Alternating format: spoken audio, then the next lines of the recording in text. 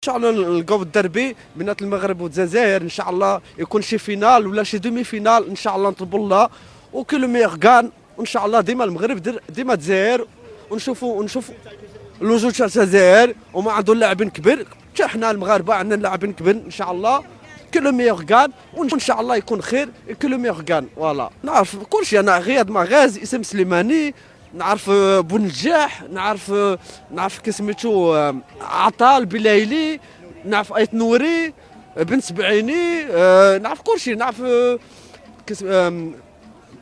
كسميتو اللي تلعب يا ربي في ليفركوزن، مازا لعب تبارك الله بلايلي، كلشي نعرفهم كامله دابا ضروري اوبليجي.